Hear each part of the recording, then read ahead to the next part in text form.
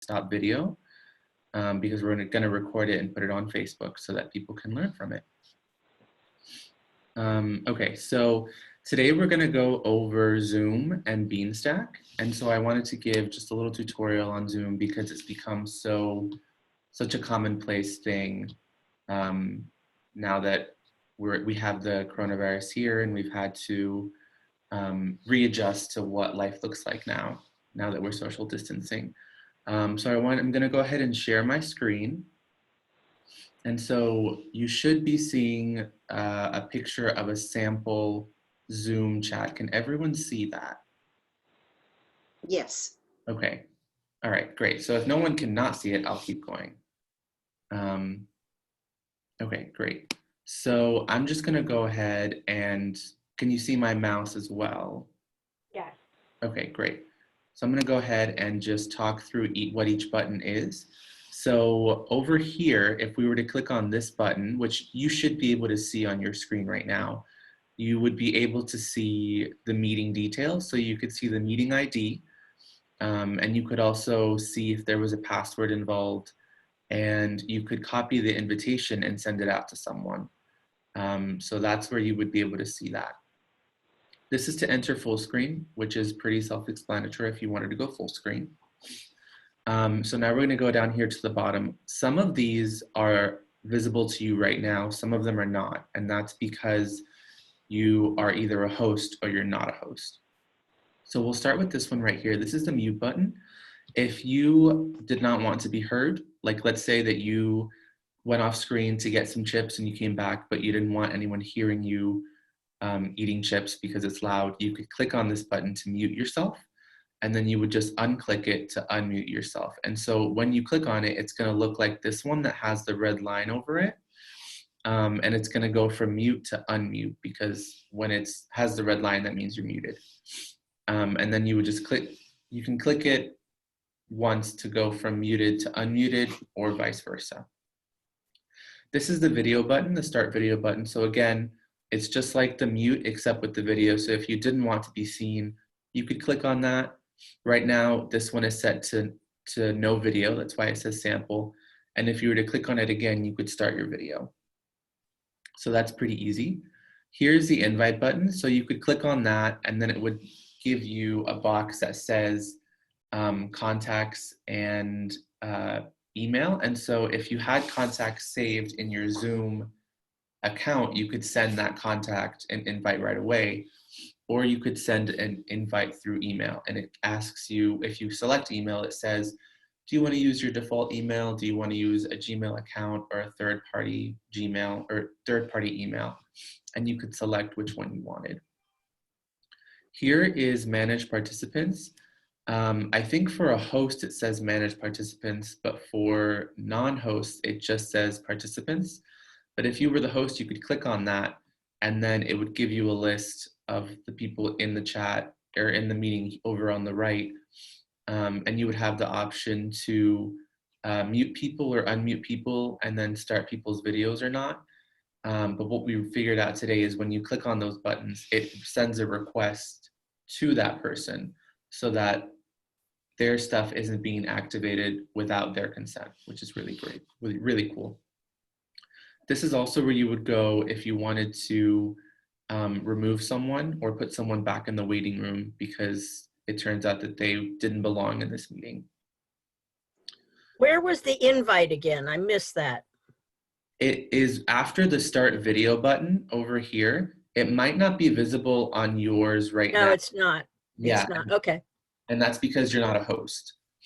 Okay. So if you were made a host or if you were the host of the meeting, you would have this invite button here and you'd be able to use it. So that's invite and manage participants. And then we're going to go to polls. And so with polls, you could create a poll in the meeting. Like if you were to ask, what's everyone's favorite or what's the most popular flavor of ice cream? You could click on polls and it would guide you through making polls. You would make the question, you'd put in the answers, and then you'd let people submit their answers. And you have the option to record the people who made the answers. So if you got 4 answers for vanilla and 4 for chocolate, you could see the people that voted for those, and it would also show you their email addresses if you wanted to set it up that way. Then we come to the share screen button, and that's where you can share what's on your screen. So we're in share screen mode right now for me. If you're, excuse me, if you're the host, you can edit it to have it to where only the host can share screen or anyone can share screen. Obviously, Kitty has it set so that anyone can share their screen. And then you also would have the option of sharing one screen at a time or sharing multiple screens at once. This arrow right here would only be present for you if you were the host. So I think Kitty's the only one that has that arrow next to share screen right now. But if you were to click on the share screen button, it would then give you a pop-up box that would say, which screen do you want to share? And so it would give you, the first option would be just the default what's on your screen, so it would show everything. The next one would be the whiteboard option, where you can have an actual whiteboard to write stuff in. My friends and I used it to play Hangman a couple weeks ago, which was fun. And then it would also give you the option to share screen for certain applications that you have open. So when I hit share screen, it said, do you want to share your entire desktop? Do you want to share your Google Chrome, which you have open? Do you want to share the picture, or do you want to share the whiteboard? And so I could click to just share one of them instead of having to share all of them, which is cool. After that, we have the chat button. If you click on that, it'll give you the chat over on the right, just like it did with participants. And you could see if there's a chat happening. There's already stuff in our chat if you wanted to look at it. I think Aaron had said, yes, we can see it when I asked if you could see my share screen. But if you want, you can go ahead and click on chat and type something into us if you wanted to. When you click on chat, it automatically defaults to chatting with everyone. But if you look at the bottom, there's that blue button that says everyone. You can click on that, and then you could send a message to one person instead of sending a message to everyone. So that's the chat feature, which is really fun. Next one is the record, which we are using right now. So if you click on that, it'll record the Zoom session. And then at the end of the session, once it's ended, a file will be downloaded to your computer. So Kitty's the one recording. At the end, a file will download to her computer that is going to be a video of this whole session. After that, we have closed caption. This is a pretty cool feature because it allows you to create captions in your Zoom meeting. The only catch is you either have to have someone typing out the captions, or you use a third-party software to record, to like be able to capture the voices and create closed captions for you. So Zoom doesn't do it for you. You have to either either have to assign someone to type it all out, or have software that does it already. Next, we have the breakout rooms button. This button can be used to create different rooms in the same meeting. So let's say Kitty wanted to create a room with her, me, and Sharon, and then everyone else in the second one. She could click that breakout rooms button and sort us based on who she wanted in what breakout room. And the breakout room option, along with the closed caption option, again, is only available if you were a host. So like I wouldn't be able to see that right now. I don't think Diana or Sharon or Sandra would be able to see that right now. And then the next button is reactions. So if you were to click on it, it gives you certain reactions that you can put into the chat.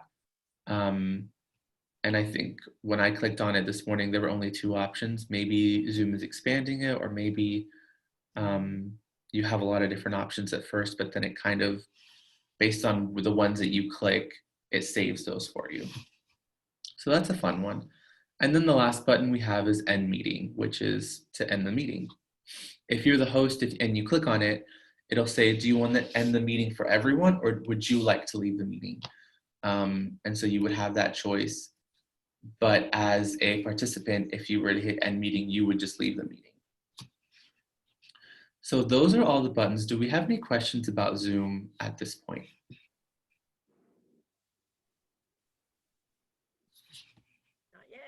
No, no questions. Okay, so I'm going to stop sharing that screen. That was all the Zoom material I had for today. So we're going to move on to the next thing, which is Beanstack. Okay. And so now I'm going to share my Google Chrome, which is just Beanstack, and I just want to make sure everyone can see it. Okay, so I'm going to take your silence to mean that everyone can see it. So this is the Beanstack. This is our summer reading program software that we use. If you're not sure how I got there, you can go to samuelslibrary.net, which is our website, and then go to summer reading right over here.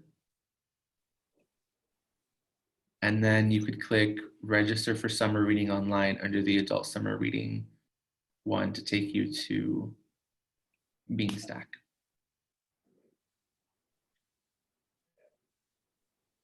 So we're here. I'm going to go ahead and hit sign in, but let me move. Okay, so I'm going to hit sign in. I'm going to sign in with my username so that I can show you what it looks like from a patron end, because it looks different if we were to sign in using the library account. If you've used Beanstack in the past, you don't need to sign up. You've already created an account and we have it saved from years past. But if this is your first time, you want to hit sign up for free, and then it would guide you through, it would ask for your information, and then your account would be created.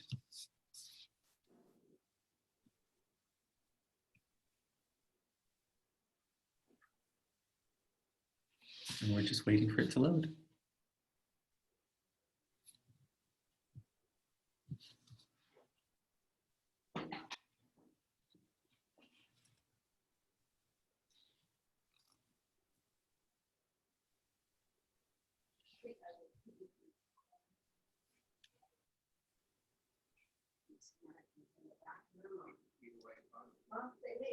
Yeah, maybe easier for them. I guess my computer's having some difficulty right now, but that's okay. Monday morning or the weekend has already begun. Yeah. Let me stop and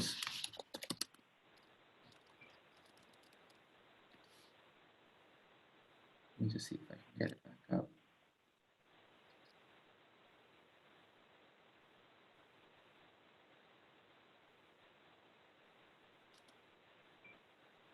So while he's doing that, I'll tell you a little bit about Beanstack. It's our summer reading program, and it's where you log your books that you read. They have a children's program with levels, and they can win little prizes. We have an adult program where we do weekly drawings, and it's based on how many books you log, how many activities you log, and how many reviews you log. So for every activity, and this would be an activity, you participated in this meeting, you could log this and it would count as one entry into the weekly drawings. Or you could enter your books or review. Each item that you enter is an entry into the drawings, and it's cumulative, so that in the beginning maybe you only logged one thing, so you only have one entry, but by the end of it you've logged 10 books, you'll have 10 entries into the drawing, and there's a big prize at the end. But every week one person will be drawn to receive a dozen donuts from the Apple House, and they'll mail those to you. And then you'll also have a second person drawn who will get to pick their prize. And we have a whole bunch of gift certificates to local businesses, like Element or Blue Winged Frog. There is a certificate for rock climbing at the CrossFit, Front Royal CrossFit downtown. So some of these you can do right away, because like Blue Winged Frog, you could call in and you could pick up food from them. Things like the rock climbing or bowling, you're going to have to wait until social distancing eases off. But you get to pick and choose, and I think we have a massage package, and then the final big prize, because this year's summer reading program is dig into reading, or dig deeper into your library. We're going to dig deeper into Front Royal and Warren County. So all of our prizes are related to small businesses in this area, with the grand prize being the natural beauties of the area, and it's a pass to Skyline Drive and Shenandoah River State Park, and a couple of local, like the downtown outfitters. So that's what our prizes are this year. So it's worth it to log. I mean, it's a lot, and it's just a lot of fun. Yeah. So, okay, I'm turning it back over to Erly. I have a question Uh-huh. in regards to activities. When you mentioned activities, this is considered an activity. What other things do you consider activities? Or is there a list? Any of our programs that you participate in. Okay, There is a list, and they are, okay. I can show that list to you. Yeah. So here I've logged in, and so I wanted to just walk through the different things. If I wanted to log reading or activities, I could click on this. If I wanted to add a review, right now I'm logged in as the account creator, and so it gives me a list of all the readers that are under me. Right now it's just me, but if I was a parent or a guardian, I could have different readers. I could add a reader in there so that I could manage multiple people. So Diane, you could add your grandchildren if you wanted to add them to the program. Yeah. So You here, don't have to have a library card. correct. And so here it shows us current challenges and past challenges. Right now it shows, if you were to log into Beanstack yourself, it would show you the Adults Dig Into Reading 2020, and it's open right now because it starts today. So you could register for this challenge. As you can see, I'm registered for the staff challenge because I'm a staff person. If we were to go into reviews, it would show reviews that I'd done in the past. I haven't done any reviews, so it doesn't have anything. And then it could show me all badges that I've earned since having had Beanstack. So here's the registered badge for having registered for the summer reading program this year, and then these are badges that I've won in the past.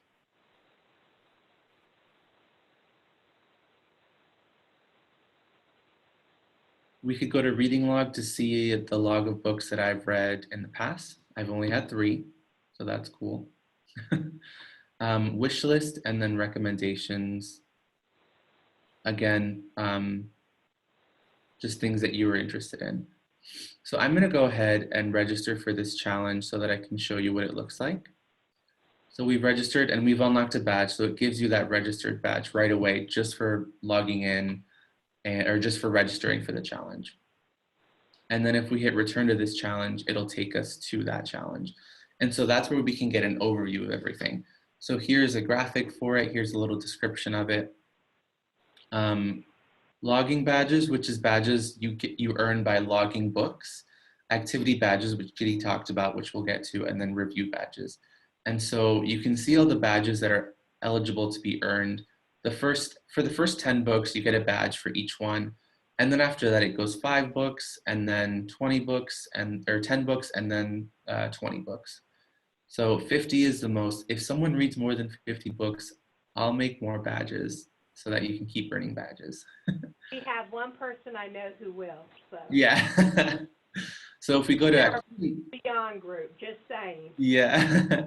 If we go to activity badges, you can see all the different ways you can earn these. So you can, if you were to download a book with reading, you would be able to earn this badge. If you downloaded music with Freegal, you could earn that one.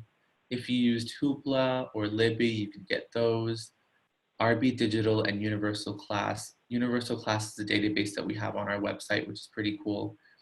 And if you click on a badge, it'll give you a description of it. And then over here, you can click on that and it'll take you to our website where you can find it right here. And then you could click on it to access that database using your, and you would need your library card to access that database. And so once you did it, you could check mark that, and then you would earn that badge. And you can do that for each one. So if you didn't know how to get there from our website, you could just click on it and it would take you. And there are still some more badges that would need to be added, like the badge for attending a program needs to be added, as well as some other ones. And then I have a badge where if you write a review of a book, you get a badge. And so we went over the different badges. You could look at the earned badges that you had so far. So right now I only have the register one. If you go to rewards, so for each week that we do the drawing, you will be notified that you have a reward. But if you were to go into your rewards right here, you could see if there were any rewards that you had to unlock, or that you had. So right now I have a reward of an Epilogue Bookstore free book coupon. And I earned that because I registered for the program. So everyone who registers for the program gets an Epilogue Bookstore coupon, and you can claim that once we open back up. Then we go to challenge log. This just gives me a log of everything I've done, which I haven't done anything, so it's empty. Any questions so far? I think that about covers the basics of everything. Like Kitty said earlier, for every book that you log, there will be that you put your name into the ring, into the hat once for every book for that specific week to enter into a drawing. So if I had a book I wanted to log, I could hit log reading and activities. It says, what would you like to log? I'd like to log books. And then select a day, days that have reading logged are marked with a green dot. So I'll just select today. How many books were read? 1, and then I could put in the title and the author. Would you like to include a review? Yes or no? Now, if you wanted to log multiple books at once, you could put in that you logged 10 books, but then it would just track that it was 10 books. It wouldn't give you the option to add the title and the author and the reviews for each one. So that's how you would go about logging. People like to know when you review, they like to see those books. They like to read books that you've reviewed. Mm-hmm. So that's really nice to do. And if we hit add a review, you could write a review or post a picture review. And so with write a review, you could put in the title, the author, and your thoughts. Would you also like to log it? And it gives you that option. And then with post a picture review name, and then you would click here to upload it. If you had a picture, I guess if you wanted to write something down, or it gives you suggestions, draw a picture, make something out of Play-Doh, build some Legos, act out your favorite part of the book. So a lot of different fun options.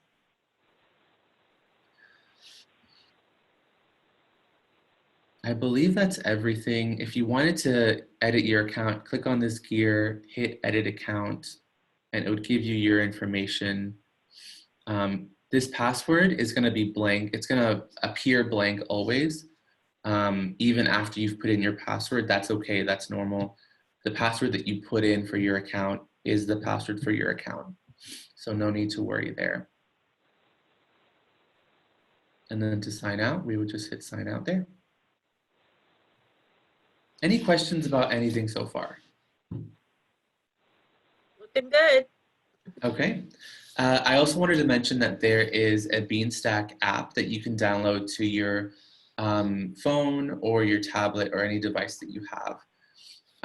You log in the same way that you would on the computer, and then it's pretty much like the website where you can log books, you can keep track of your badges, things like that. So that's all I had for you today, unless there's any more questions.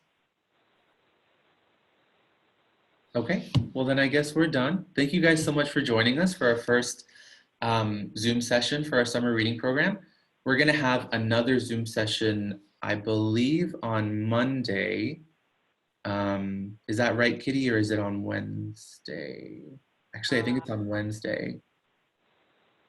And it'll be in the evening. We try to do things so that people who are morning people or people who are evening people could see it at different times.